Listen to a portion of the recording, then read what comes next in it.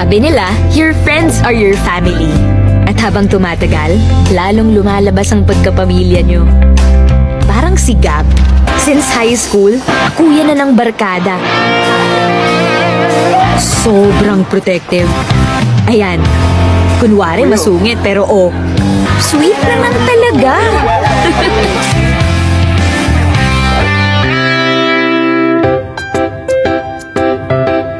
Tapos itong sikat, ever since mommy namin. Sa mga lakad, always kompleto sa gamit. Exag! See? Alagang-alaga kami lahat.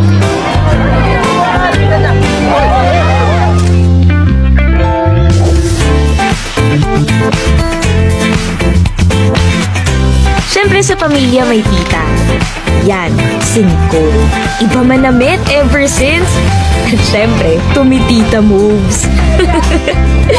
So, diba? Parang pamilya.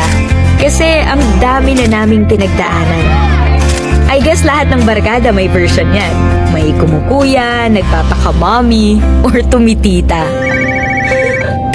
Please, ano na? Lola, huwag ka na naman dyan, ha? Lalabas kami, sumama ka. Papakalola ka na naman, aga-aga pa. Nakapantong.